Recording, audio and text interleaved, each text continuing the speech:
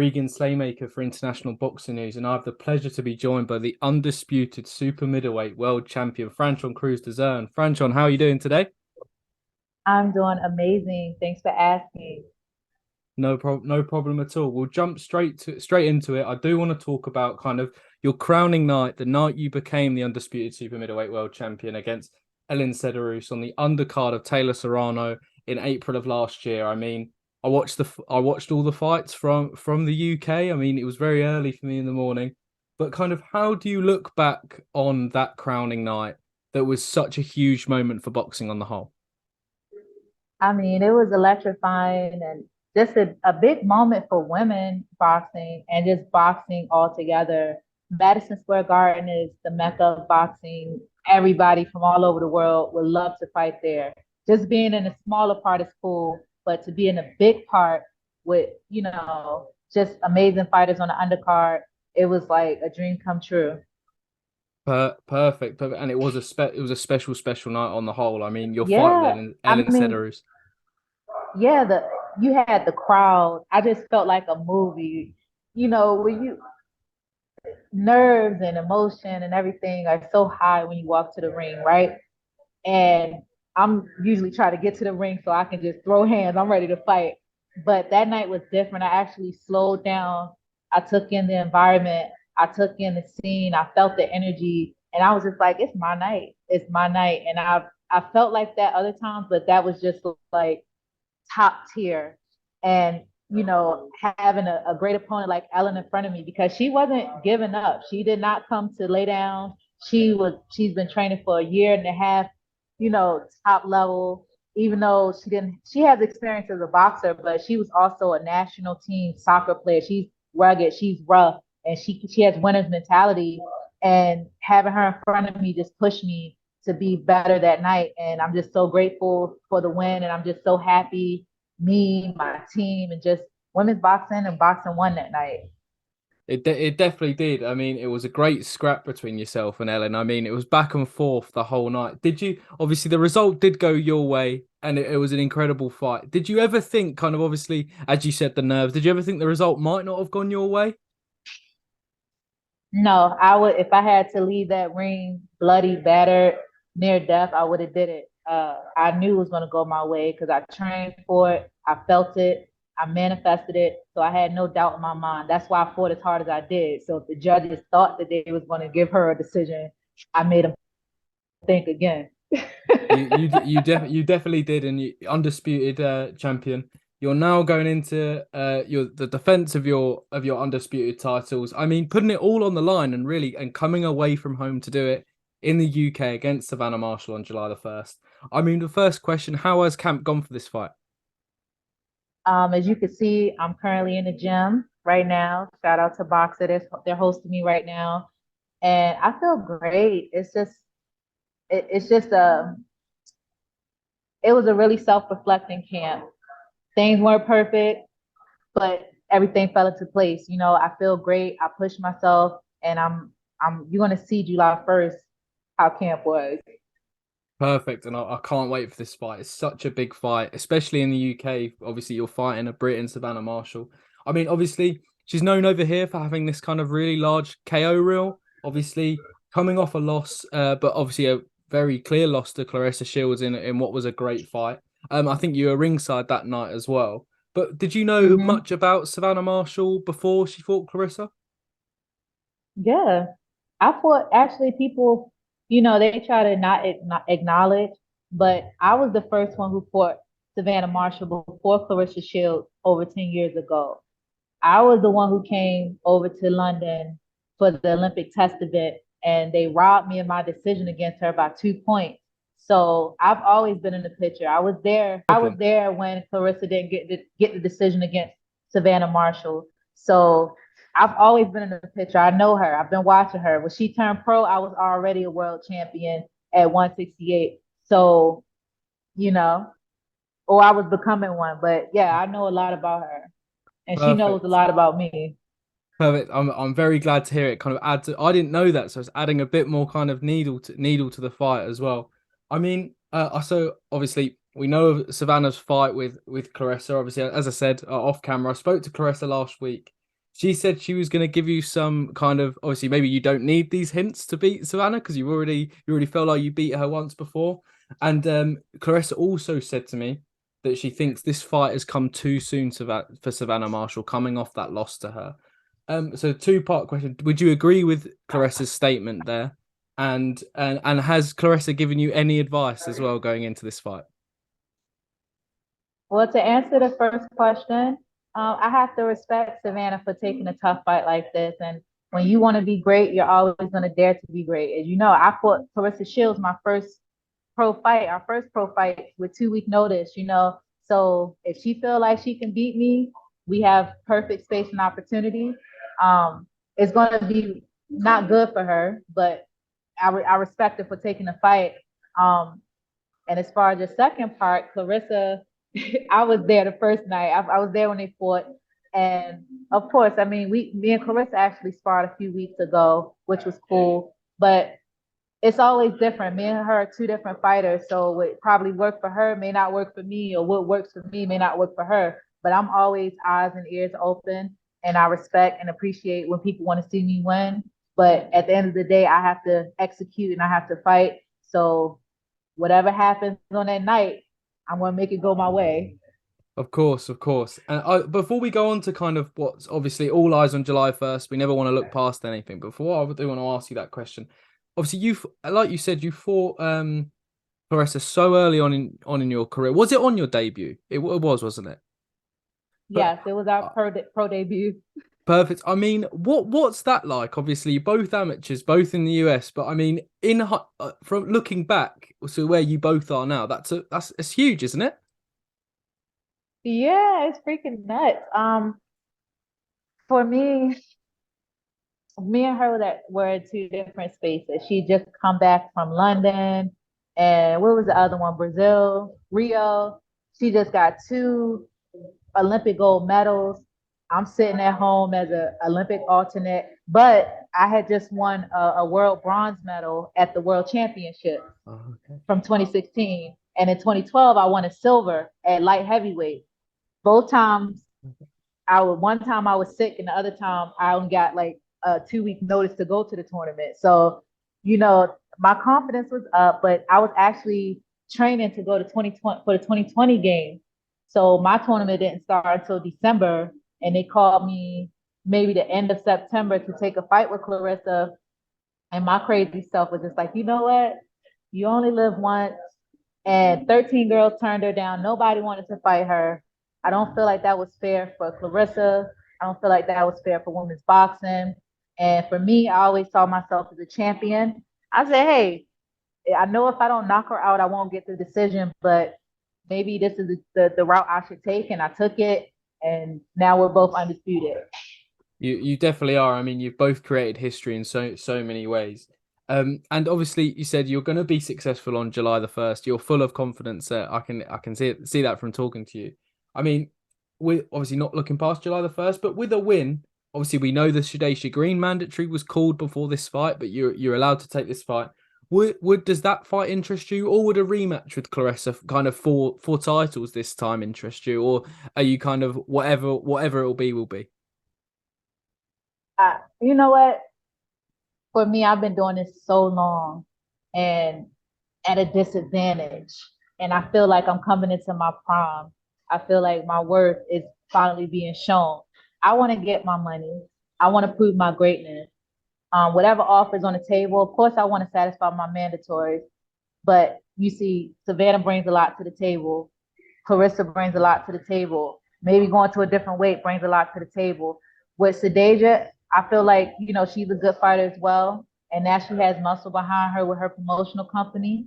If they make a proper offer, we can do it. And actually, people get it misconstrued. Before I took the fight for Savannah, my team reached out to her promoters and her managers to make a fight. They didn't have anything for us to fight. You know what I'm saying? So it wasn't like, oh, I'm just avoiding her. The business was not proper. We gave proper notice. We followed protocol. Her promoters and everyone knew we were pursuing this other fight after they turned. So that's not my fault. It's still business at the end of the day. But if you take away the business and just, you know, root yourself in boxing, period, it's whatever. Perfect. I think you provided a lot of clarity there. I think obviously boxing Twitter isn't the best place in the best of times, but you've definitely provided You some know clar it. Yeah, It's so many times. Listen, and I want to speak candidly with you because I'm cool and I could back up everything I say. mm, It was so many times I wanted to pull receipts and I wanted to post things for proof. At the end of the day, I don't have to prove anything to anybody. The parties involved know. And I told her, because I reached out to her off record outside of Twitter, and I told her, you need to talk to your team and stop with the bullshit. And if you want to promote a fight, that's fine, but it's no fight to promote right now. When your number is called, we can do the back and forth, we can do all of that, but don't disrespect me. Let's keep it professional. That's all I ask. of course, and I do want to touch on the things where when I was researching you, I've been wanting to interview you for a while. I think when I messaged you yesterday to set up the interview, I saw a message that I sent at the beginning of the year to try and set up something.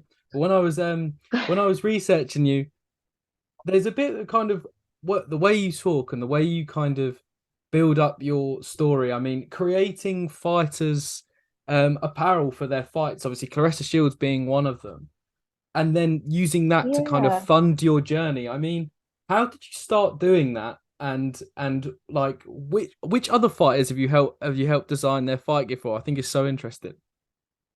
Yeah, so me designing is nothing new. Like when I look back, I used to actually cut socks up for my Barbie dolls. You know the Barbies? Yeah, yeah, The little dolls you play with. I used to like make clothing. I used to make paper dolls when I was younger. So when that fashion bug came and hit me, I was like, okay. My whole thing was I was broke with expensive taste.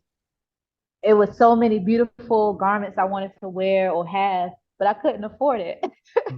So I was like, okay, let me get this $25 sewing machine secondhand off the internet and teach myself how to sew.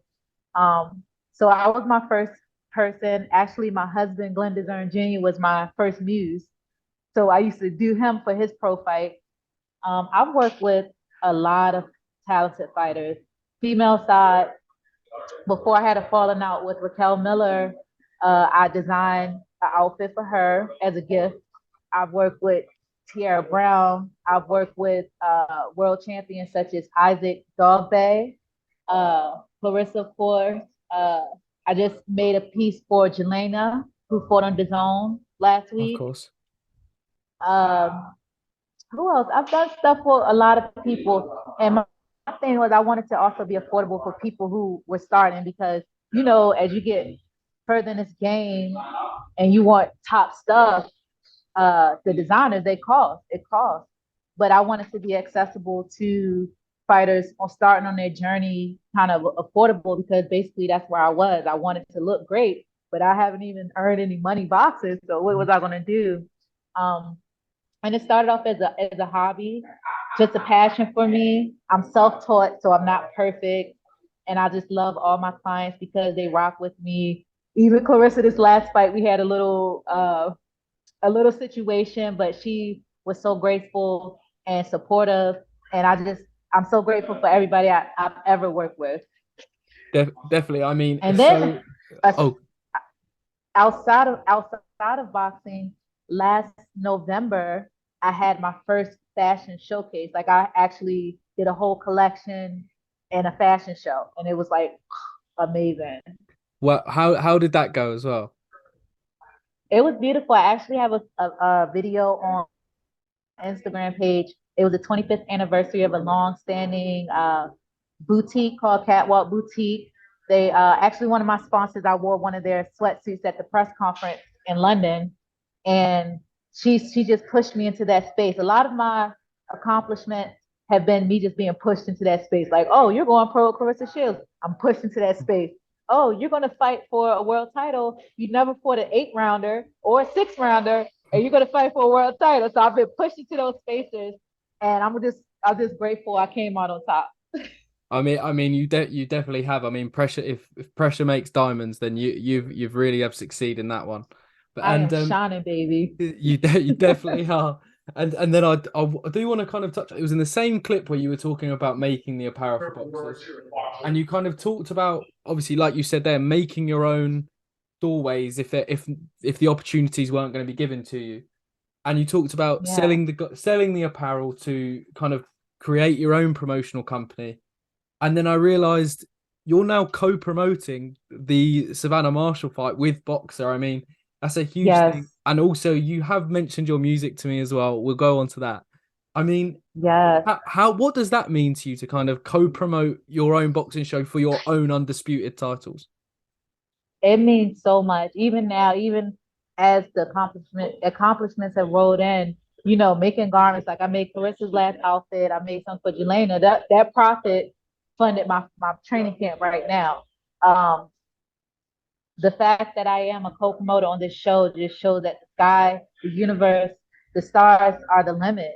Who's really doing that? You see the guys do it. You see all these famous boxers and they have all this, but I'm so grateful for my manager Peter Kahn and my team. Just seeing that, you know what, we don't need all of that. They don't want to give us a seat at the table. We'll just make our own table. And I'm grateful to Boxer and Sky Sports for partnering with me and us having an opportunity to put on a great fight, July 1st. And I'm just gonna run with it. I think it's just an example that will show people coming down the line that you can be the director of your own movie. Definitely, and I mean the producer of your own music as well. Will you be walking out to some of your own music as well on July the 1st? I don't know. I mean, UK showed me so much love, right? And shout out to Tina Turner who passed away recently with such an icon, such an example, such a role model for women, and then especially women like me. And she showed that sometimes she didn't get love in the United States. She had to go overseas and other places to get the proper notoriety and love and respect. And UK showed me so much love. So I mean, hey, who knows? Who knows? I pop out of my own song or have a song for you guys. Who knows? But I just feel like I got a great reception, and it's a big world out there, and I'm just gonna keep knocking goals and dreams and accomplishments off my list. Perfect, and we'd love to see it as well. And with your own promotional company as well, are you planning some kind of shows? Obviously, you mentioned kind of with your clothing stuff, you like to make it accessible for fighters coming up, or maybe they don't have the opportunities as well.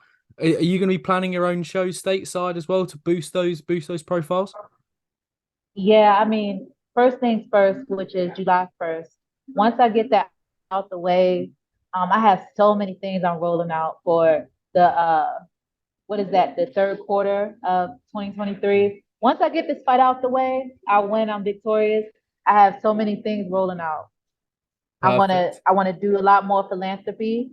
I also wanna get, um, feed my other goals like music, the fashion and everything. I have some things planned. Just be patient. I'll definitely be waiting patiently from across the pond. And obviously, talking about kind of creating new, planning those shows. I mean, obviously in the US, obviously some of your prospects are kind of they get lost over here. They don't really make their way over here sometimes until they reach the big time. I mean, are there any Yeah. fighters stateside who we should be keeping an eye out for on the come up who you know and you like watching? Um, Let me think. Of course, I'm always gonna say my husband, Glenn-Dezurn. I have some great guys at my gym, which is Headbangers Gym, world famous. Uh, it's females all over. I see a lot of females like Maureen Shea. She's a vet in the game. She's an OG in the game, and she definitely wants to come over there. You have Tierra Brown, who's always calling to come out. I just feel like, and I thank the UK for embracing us US fighters, even though it's so crazy. We want to come over there, and you guys want to come over to the US, and we just got to keep making those fights work and just keep growing the sport all together. Definitely, I think one of the fights that at the moment I want to see is Bam Rodriguez versus Sonny Edwards. I think it's such a huge fight, especially kind of UK versus the stateside. But now I've mentioned that, do you have a favorite in that fight? I like Bam because one, he just looks like he just chills. Like he just wakes up, go into his garden and do some work and come home. Like he just looks like a blue collar person. But when it's fight mode, he goes crazy. Like he's Bam Bam for real. And it's he always did. interesting. Oh, go It's on. good to watch the smaller fighters because they just throw and throw, and they're strong. It's maybe not like Tyson Fury, Deontay Wilder strong, but they're strong and they just fight. Definitely. I mean, it's always entertaining when the little guys box. And my final question, Franchon, thank you so much for giving me your time today. We ask everyone this question who comes Mhm. on the channel. What does boxing mean to you? Boxing is life. Sometimes you're gonna get knocked on your head, knocked on the floor. You have to roll with the punches, roll with the adversity, and you might not win every fight, but the ones you do mean they count. Boxing is the only sport that what you put in is what you get out. Boxing is discipline. Boxing is uh, it's everything, and I'm just so grateful for it. It's not people think, oh, you're barbaric or you're just like an animal. You gotta be intelligent to box. Most people who reach that hierarchy, you have to be intelligent. So I just thank boxing for all it's done for me. Diploma, no, not a diploma, degree, excuse me, marriage, career, and meeting people all around the world like yourself, and just spreading my light. So that's what boxing means to me. Perfect. Well, that is one of the best answers we've had to that question, Franchon. Thank you very much for your time today. Best of luck July 1st and keep opening those doors for yourself. Thank you. Have a great day.